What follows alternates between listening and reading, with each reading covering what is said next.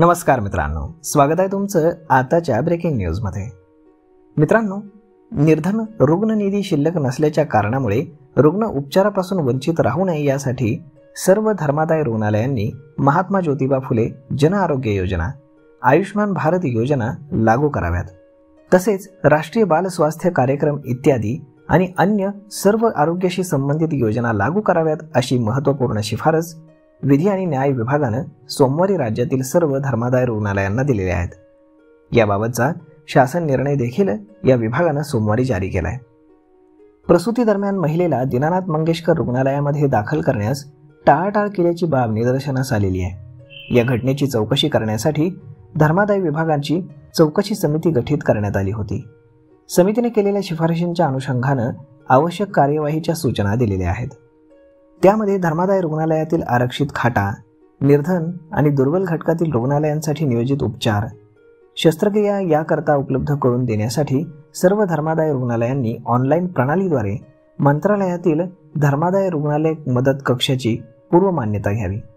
त्यासाठी आपत्कालीन परिस्थितीमध्ये या योजनेअंतर्गत धर्मादाय रुग्णालयांनी प्रथम संबंधित रुग्ण तातडीने भरती करून घेऊन त्यावर उपचार करावेत। त्याबाबत ऑनलाईन प्रणालीवरती नोंद घेऊन पुढच्या 48 तासामध्ये प्रस्ताव मान्यतेसाठी मंत्रालयातील धर्मादाय रुग्णालय मदत कक्षामध्ये ऑनलाईन प्रणालीमध्ये कार्योत्तर मंजुरीसाठी पाठवावा असं स्पष्ट करण्यात आलंय।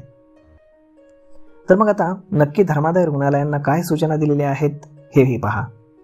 निर्धन रुग्ण निधी खात्याबाबतची अद्ययावत माहिती धर्मादाय रुग्णालयाकडून घेऊन ती धर्मादाय आयुक्त यांच्या संकेतस्थळावरती नियमितपणे अद्ययावत करण्यात आली पाहिजे। त्यानंतर धर्मादाय रुग्णालयानं कुठल्याही रुग्णाकडून आवाजवी पद्धतीने अनामत रक्कम स्वीकारू नये। यापुढे अनामत रकमेअभावी धर्मादाय रुग्णालयांमध्ये कुठल्याही रुग्णाला उपचार नाकारले जाणार नाहीत याची दक्षता घेण्यात यावी। कोणत्याही आपत्कालीन परिस्थितीमध्ये रुग्णावरती उपचार करावेच लागतील। आपत्कालीन परिस्थितीमध्ये गर्भवती महिलांवरील उपचार यामध्ये समावेश करण्यात आलाय।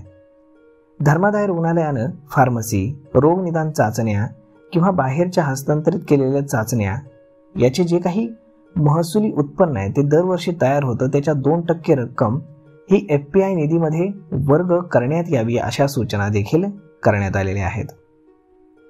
त्यामुळे मित्रांनो, आता धर्मादाय रुग्णालयांनी महात्मा फुले योजना आणि आयुष्मान योजना सक्तीनं लागू करण्याच्या सूचना शासनाने दिलेल्या आहेत। याचा फायदा नक्कीच सर्वसामान्यांना होणार आहे। तर मग मित्रांनो, यावरती आपलं मत काय हे तुम्ही आम्हाला कमेंट करून नक्कीच सांगा। आणि जर हा व्हिडिओ तुम्हाला आवडला असेल तर आपल्या जवळच्या मित्रमंडळींसोबत देखील हा व्हिडिओ तुम्ही शेअर करायला विसरू नका। धन्यवाद।